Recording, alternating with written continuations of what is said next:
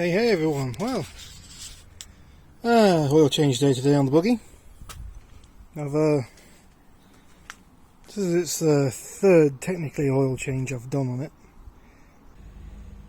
Do the usual thing, drain the oil out of it, take the filter, well leave the filter in, give it a quick start up with no oil in just to shake all the oil off and pump any residual oil out of the galleries and vanes inside.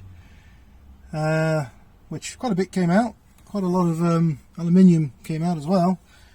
The first time it happened it was pretty bad. Like in the bottom of there, it's all aluminium inside that oil filter housing. The oil filter itself is dark, but yeah, that's why I'm doing very frequent oil changes on it. Hopefully it's going to flush it all out eventually. Don't know if it's the aluminium that's done it. The particles of aluminium from when the rear cylinder head failed, but yeah, the oil pressure sensor's not working. I've got it turned on right now, and this is your oil pressure sensor. If I earth it onto the case,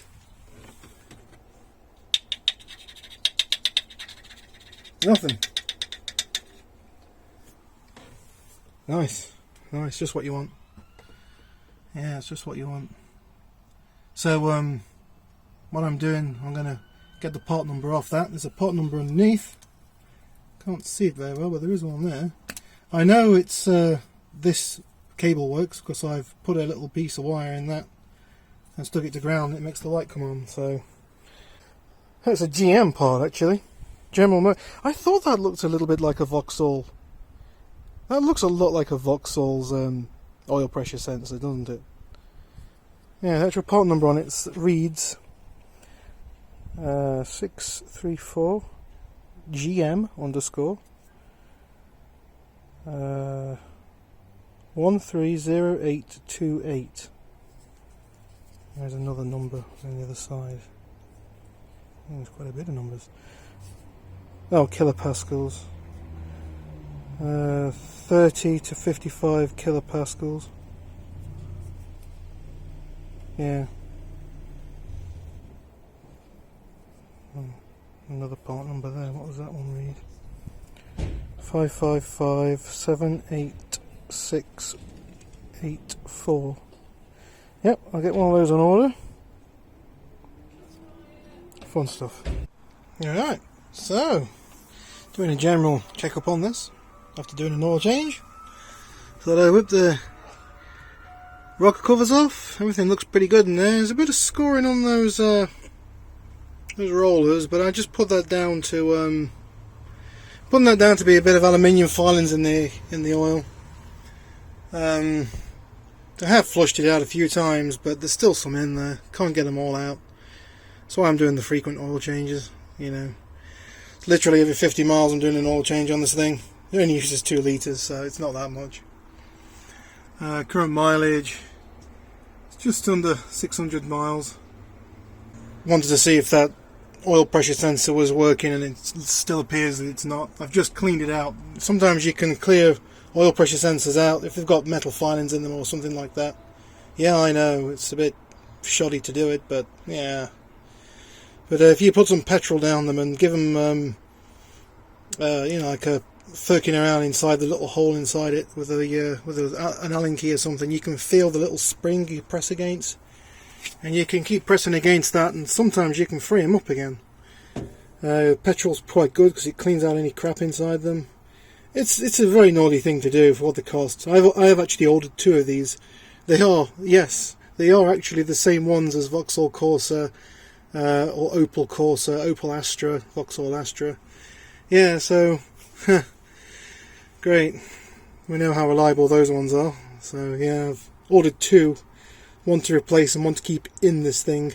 Plus I've put myself a full bottle of oil in this thing as well. I've got it underneath the the driver's seat, which is enough oil in this thing to do a full complete oil change, because it only takes about 2 litres. 2 litres and a little tiny bit. But yeah, that's all it takes. Not a lot. So I put myself a little 2 litre pop bottle's worth of oil underneath the seat. Going to throw a spare oil filter on there as well in a bag so it doesn't get wet. So I've got all the kit ready to do an oil change. I've even got all the tools on here to do an oil change on this thing, so I'll put it all together in a little bag with the oil sensor when I get it. So another thing I noticed on this thing, I put the ignition on just to see, well, just basically to see how everything was and to see if the oil light was working or not. And I noticed strong smell of fuel, so yeah, naturally it's like, oh god. After just opening this rocker cover, I thought, is fuel in there? No. My very good quality clips has snapped. Looks like it's corroded. Look at the state of that in there. Nice quality, man.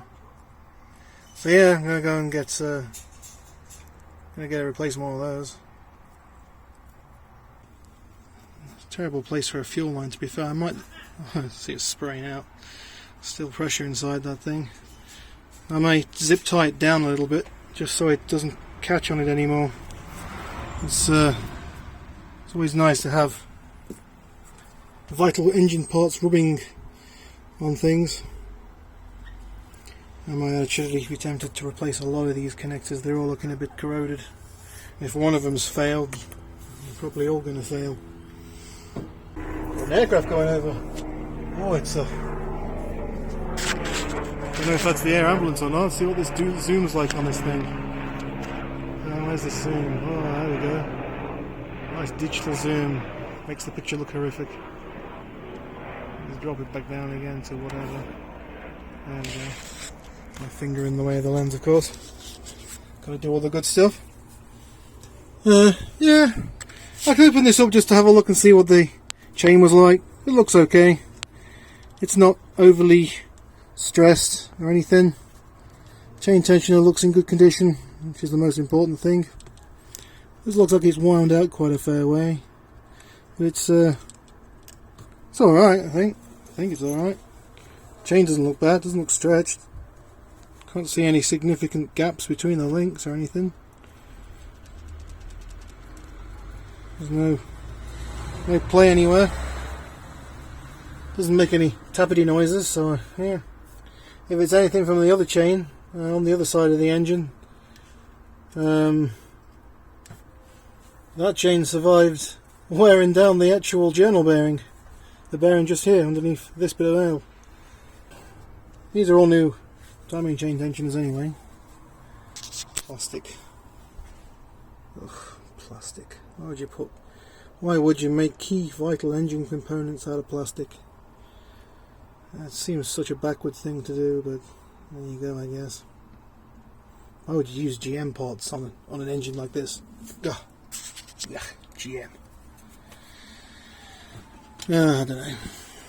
Surprise, surprise, the GM part that's on this thing has failed. What does that tell you about GM? Can you tell I love GM? I don't know. Like my Fiats, because they don't use GM parts still. Still, aren't you? I don't know. Modern day Fiats made, but the stuff from the 90s, the best Fiats. None of those use GM parts. They part-owned the company, which I thought was great, but they they didn't use GM parts. Right, I'm going to pause it here, and I'm going to put this back on again. If I've looked at it all, looks pretty good. Like I say, there's no significant, that's actually on, the valve's being pressed down. There's no significant play in anything. Everything feels good. Gonna pop this back on again, take the airbox off and have a look underneath that one, see what that one looks like. Oh yeah, and another thing I forgot to mention. Never forget to have a look underneath and see what it looks like inside here, in your rocker cover. You see this? Looks like mould. It's not mould, but it's little globs of aluminium that's sort of condensed in there. Not to worry about it for now, but you know, it's always nice to clean it out. Get a little paintbrush in there and a bit of petrol, clean it out. I'll go and do that. Alright. Sun's starting to go down now, but yeah, still a couple of hours left to light. Not that it won't take me that long. It's nice and clean in there. I guess I never cleaned the other one up. This is the one for the rear cylinder. That was never replaced. That's the original to the vehicle. That's the brand new. That's the new cylinder head. It's all looking pretty nice in there. No scoring on the rolls or anything. It's always nice to see. Everything looks like it's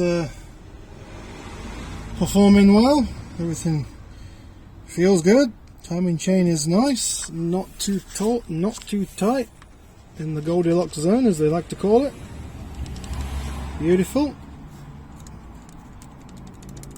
Valves could probably do with a bit more adjustment there. That's probably a little too much in that, but does tap slightly on this, and I reckon it is because these have bedded in now. They probably need just readjusting. It doesn't tap loud, but yeah, I can just about hear it. If you know to listen for it, you can hear it. It's not horrific though. It's not going to cause damage.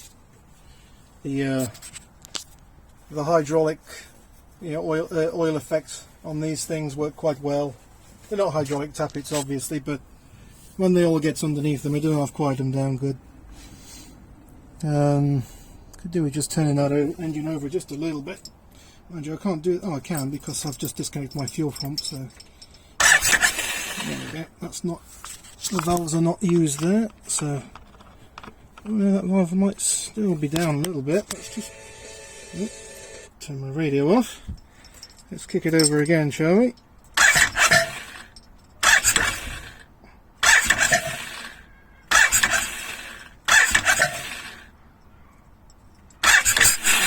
Woo-wee! He wants to go. Yeah, that feels good. Hey, I just stopped you. Think I'll pop that top back on again, that rocker cover, and send it. No, I won't send it. I'll just call it a day, I think. Everything is looking pretty fine. Amazes me how small the coils are on this thing. Just those two things there. Little tiny coils. That's how small they can make them nowadays. So impressive.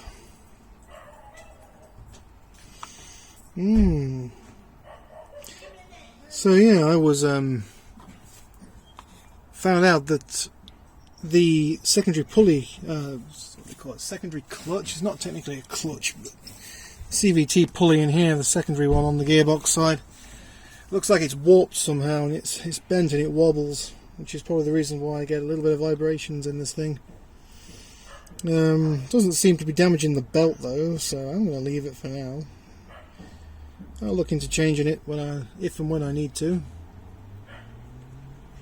I don't know if it was me taking it off the first time it was damaged because I thought it was a goner, so I didn't really care how I took it off. I merely wanted to take it apart to see how it had failed internally, to do a YouTube video of it, but no, I ended up thinking to myself, oh, I could repair this, and well, here it is. So I'll probably kick myself for doing that, not taking it off properly. I didn't have the right tool for it, to be honest. Should have got the nice little clutch release tool, which is something that I can either make one or I could buy one for next to nothing. I think I'll do that, to be honest. Anyway, I think I should call it quits. I've been talking on this thing for hours, haven't I? I always do about 20-minute videos, don't I? So yeah, everything's good so far. Nothing's bad. Just gonna keep it going, see how things are. Just noticed that's a nice place for water to go. Look inside the gear stick. It's going to rust it out eventually. I'd suck that out with the shop vac or something. Filled up with oil instead of water. Maybe that might keep it better. Drill a small hole in the bottom of it so water can drain out. I don't know. Right, that should do it. Let's get this rocker head back on again, rocker cover, whatever you want to call it. Airbox. Air filter's starting to look a little dirty, but given this thing only had 100 miles on it when I got it, and I've only been riding this in pretty dusty conditions, down roads and stuff, it's understandable the air filter's a little bit dirty now, but still plenty of life left in it. You can always jet wash them out. I know you're not supposed to, but you can get a little bit more life out of them if you do that. Okay. All my lights are working now, which is good. My foot brake lights, they packed up working, completely stopped. And as I've been using it, they decided to start working again, so I ain't complaining. I was going to set up a little micro switch on the brake pedal, so whenever you press the pedal down, a little micro switch just clicks out, you know, and brings the brake lights on. But since they're working now, I'm not going to bother.